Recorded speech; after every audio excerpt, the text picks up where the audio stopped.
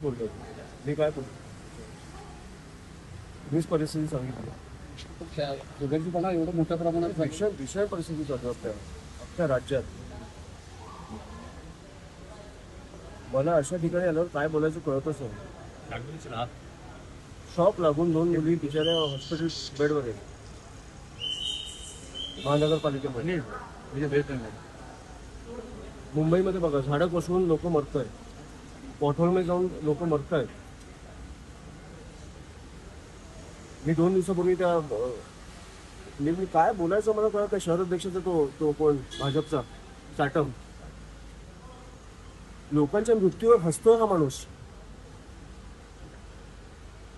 काय काय बोलायचं काय, मी ह्या विषयावर काय बोलायचं. मला वाटतं की आपल्याला राग नाही का, मला कळतच नाही अशा विषयात काय करायचं.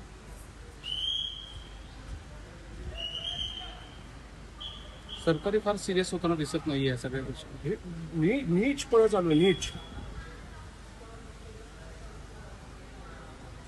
जेन्युइनली मला कळत नाही की नीचपणा चालू आहे. एक माणूस लोकांच्या मृत्यूवर हसतोय, त्याच्यापेक्षा घाण काय असू शकतं. सगळ्यात जास्त नगरसेवक तुमचे, सगळ्यात जास्त आमदार तुमचे, तुम्ही का हसताय.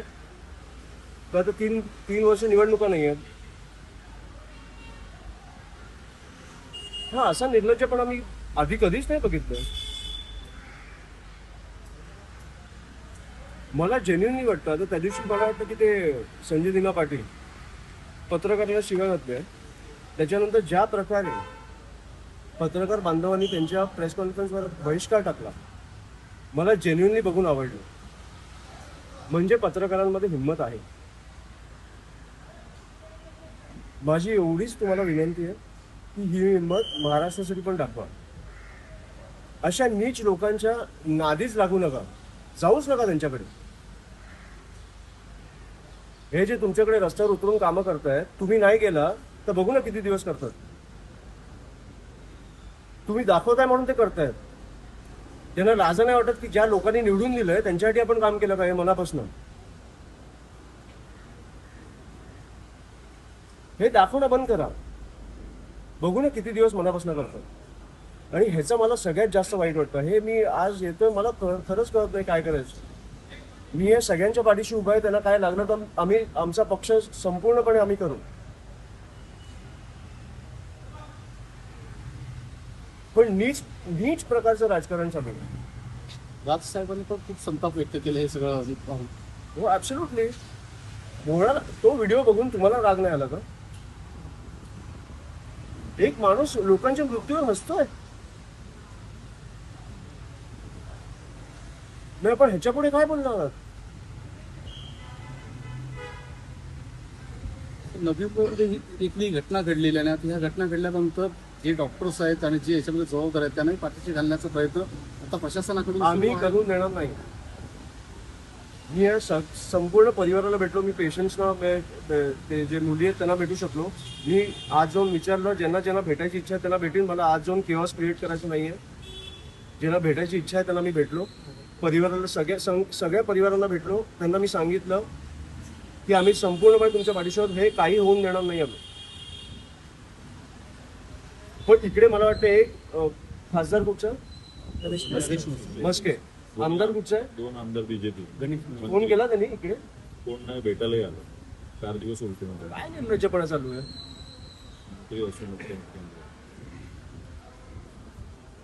काय ऑपरेशन टायगर लावून ठेवलं तुम्ही. तुम्हाला लाज नाही वाटत. उघडपणे तुमच्या तोंडावर लोक मरतायत आणि आपण पैसे देऊन आमदार, खासदार, नगरसेवक फोडतोय. निर्लज्जपणे सगळं चालू आहे.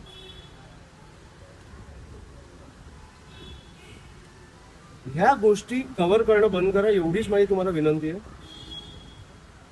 बाकी बघू आपण म्हणून काय करतो ते. त्यांना कळलं पाहिजे की तुमच्यामुळे ते आहेत, त्यांच्यामुळे तुम्ही नाही आहात.